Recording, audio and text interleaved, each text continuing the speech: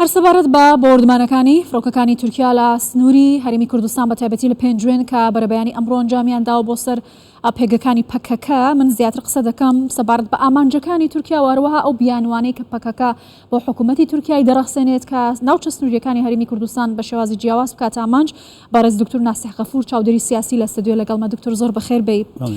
لەلایەکەوە تورکیا لەلایەکی دیکەشەوە پەکەکە وەزەرمەندی یەکەم لەم هێرش و بۆردمانانە هاوڵاتیانی سڤیلی هەرێمی کوردستانن. بۆچی ئەم بیانوانە بە حکوومەتی تورکیا ئاگدرێت؟ ئایا تورکیا خۆی مەبەستێتی کە بۆ بیانۆوە هەرێمی کوردستان بکات ئامانج؟ من پێم وایە زۆر جارش باسی ئەوەمان کردووە کە پەکەکە پەیوەندیەکی ژێربەژێری هەندێک جار بە ئاشکرا هەندێک جار زۆربەی جارش ژێربەژێری هەیە لەگەڵ میتی تورکیا و لەگەڵ حکوومەتی تورکیا. یعنی ئەو پڵانەی کە ئێستا جێبەجێ ئەکرێ بەرامبەر بە هەرێمی کوردستان ئەو پیلان و لەشکێشەی کەوا ئەکرێ بەرامبەر بە هەرێمی کوردستان و ناوچە شاخاویەکانی هەرێمی کوردستان بێگومان بەبێ تەنسیق نییە لە بینی ئەم دوو لایەنە، لە بینی پەکەکە و لە بینی ئین. جارێ ئەگەر پەکەکە ئەیەوێ ڕاست ئەکا باسی ئەوە ئەکا کە ئەیانوێ حکوومەتی ئۆردوگان بڕوخێن یان داوای ئەواکەن کەەوە مافی گەلی باکوور کوردی باکوور لە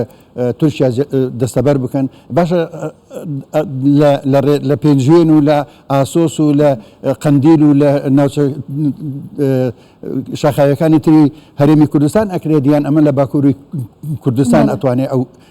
هێنە جێبەجێکە. وەکو زۆر جارش ئاماژەمان پێداوە ئەوان تا ئێستا نەیانتوانیوە یەک گوند لە تورکیا یان بڵێن لە باکووری کوردستان ئازاد بکەن. حقیقەتەکەی ئەوەیە کە ئەمان بە هەموو شێوەیەکی ئەیانەوێ ئەو ئەزمونەی کە لە هەرێمی کوردستانە هەیە بەتاکید نە تورکیا بەمە دڵی خۆشە بە قەناعەتی من ئەگەر پەیوەندیشی هەیە لەگەڵ ئێمە بە ناچاریە پەیوەندیەکە لەگەڵ ئێمە نە ئێران ئەمەی پێخۆشە چونکە بەتاکید ئەزان بیانەوێ یان نەیانەوێ ئێمەش بمانەوێ یان نەمانەوێ ئەو ئەزمونەی ئێمە کاریگەری هەیە یان کاریگەری ئیجابی ئەبێت بۆ ئەوەی کەوا لە باکووری کوردستان و لە ڕۆژهەڵاتی کوردستان و لە ڕۆژاوای کوردستان بزوتنەوەی کوردایەتی یان ڕۆحی کوردایەتی بەرز بێتەوە. بۆیە بەتاکید ئەوان دژی ئەوە من بەڵام ئەمە معنای ئەوە نییە تۆ خۆت وەکو پەکەکە بێی بەڵگە بدەی بەدەستەوە یان هەوڵ بدەی لەگەڵ ئەو دەوڵەتی کەوا تۆ قڕەکە تۆ بێی هاوکاری بکەیت و یان ڕێبێ خۆشکەی بێت ئەزمموی هەرێمی کوردستان تێک. ئێوە ئاماژە بۆ دەکەن کەما ڕێککەوتنێکی ژێربەژێرە لە نێوان پەکەکە حکوومەتی تورکیا بەڵام پەکەکە لێرەدا چ قازانجەکە کات؟ ئایا ئەو دروشمانێک هەڵی گرتووە بۆ شێوەیە کە بانگەشەی بۆ دەکات بۆچی بە پێچەوانەکەی سلماندووە تا ئێستا؟ پەکەکە دروشمەکانی پەکەکە ئەگەر بگەڕێنەوە بۆ سەرەتای پەیدابوونی پەکەکە سەرەتا باسی ئەوەیە کە ئەبێ کوردستانی گەورە و کوردستانی سربەخۆ گاڵتەیان بە حکومی ذاتی و بە ئۆتۆنۆمی هات کە ئێمە و حزبی دیموکراتی کوردستان بانگەشەمان بۆ کرد کاتی خۆی. یعنی ئێستا ئەگەر تەمەشاکەی ئەو دروشمە گەورەی کە نیست ئەوان بە پێچەوانەوە ئێستا وازیان لەو دروشمانە هێناوە. ئێستا باسی یەکێتی نەتەوەی دیموکراتیەکەن. یەکێتی نەتەوەی دیموکراتی ئەبێ چی بێ؟ ئەوان بە ئاشکرا لەناو خۆیانە ئەڵێن لە هەموو بڵاوکراوەکانیان ئاماژە واکەن ئەوان لەگەڵ ئەوە نین حکوومەتی نایەنێ حکوومەتی تورکیا بڕوخێ ئەیانەوێ گوایە دیموکراتی باشە دیموکراتی لە تورکیا بە ڕێگەی بەم بە شەڕی پارتیزانی ئەبێت لە هەرێمی کوردستان یان بە پێچەوانەوە ئەوانەتوان فشار بخەنە سەر تورکیا لە باکووری کوردستان. ئەمە لایەنێک لایەنێکی تر ئەگەر بگەڕێن و بۆ دواوە تەماشاکەین وەختێک عەبدوڵڵا ئۆجەلان جیران لەگەڵ ڕێزم دابووی وەختی جیرا لە کاتی گرتنەکەی بە ئاشکرا دەوید من دایکم تورکە من نامی دژی تورکیا نیم. یعنی ئەمان شانازی بە عەبدوڵڵا ئۆجەلانەکەن من کەیفی خۆیان ئەوان ئازادن شانازی بەکێوەکەن بەڵام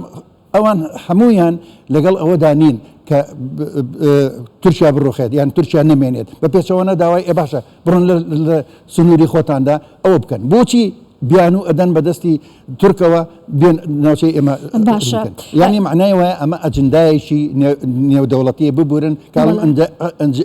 ئەجندایەکی ئەقلیمیە دەستی تورکیاشی تێدایە دەستی ئێرانیش تێدایە ئەجا چێ لە ئێران و چێ لە تورکیا ئەوە شتێکی ترە. بەڵێ ئەم بردمانانە لە کاتێکدا بەم شێوەیە بەچڕی کە بۆ یەکەم جارە لە ڕێگەی 20 فڕۆکەوەکو وەزیری بەرگری ئاماژەی پێکرۆ 28 پێگەی پەکەکە بکاتە ئامانج کە چەند ڕۆژێک بەسەر پەیوەندیکی تەلەفۆنی نێوان سەرۆکوەزیرانی عێراق و ئەردۆغاندا تێپەڕێت کە لەبارەی پرسی شنگال و بامانجکردنی پێگەکانی پەکەکە قسەیان کرد بوو. پێتان وایە تورکیا بۆچی لەم کاتەدا بەم شێوەیە بەچڕی ئۆپراسیۆنێکی لەو شێوەی لە سنوورەکانی کوردستان ئەنجامدا؟ من پێم وایە بەغداش بێدەنگە بەرامبەر بە مۆزوع چونکە کاتی خۆشی اتفاقیەیەکی لە کاتی سەدامە اتفاقیە هەیە لە بینی تورکیا و لە بینی عێراق کە ئەو ئەتوانێت بێت لەشکرکێشی بکە بۆ ناوچە سنووریەکانی هەرێمی کوردستان یعنی ئەو کە بڵێن عێراق یان کوردستانی باشوور بۆیە من پێم وایە ئەو بێدەنگیە لە خۆڕانیە حتما ئاگدارە حکوومەتی بەغدا سەرۆک کۆمار هەمویان ئاگدارن بێدەنگن تا ئێستا ئەگەر گلەی یەکشیان کرد بێ گلەیەکان تەنها وەکو نامەنووسینەوەیە ئەگەنا هیچ هینیشیان نەکردووە بە پێچەوانەوە خۆ ئەوەی لە شنگال ئەوەی کە لە شنگالە تاکو ئێستاەوە ساڵێکی بەسەراچوو تا ئێستا ئەو اتفاقیەوە لە بینی حکوومەتی هەرێمی کوردستان و حکوومەتی بەغدا هەیە تا ئێستا جێبەجێ نەکراوە کێ جێبەجێ ناکە حتما بەغدایە ئەتوانێت جێبەجێ بکە یان جێبەجێ نەکە بۆیە تا ئێستا جێبەجێ نەکراوە بەنسبەت ئەو لەشکرکێشیشکەوە ئێستا مەسەڵاً ئاسۆس لەسەر هیچ سنوورێکی لەگەڵ تورکیا نییە ئاسۆس ینی بە پێچەوانەوە زیاتر نزیکە لە سنووری ئێرانەوە یان پێنجوێن بە چەند کیلۆمەترێک پێنجوێن ئەو ناوچانی کە بردومان کراون سەر سنوورەکان یعنی حساب کە ئەگەر ئەو تیارانە هاتوونە کاتی خۆی ینی ئەمڕۆ هاتوونە ئەو ناوچەیە بردومان بکەن حتما ئێران ئاگدارە دوایی ئەوەی من ئەمڕۆ جۆم لێبوو یان خوێنمەوە لە هەندێک لە سایتەکانە هەندێک ئەڵێن ئەمە بۆ پژاک هاتووە بۆ پەکەکە نەهاتووە پژاکش هەر پەکەکەیە بەڵام پژاک ئەوانەیە کە سەر بە ئێرانن باشە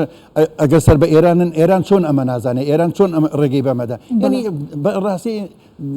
وەزعەکە وەزعێکی ئاڵۆزە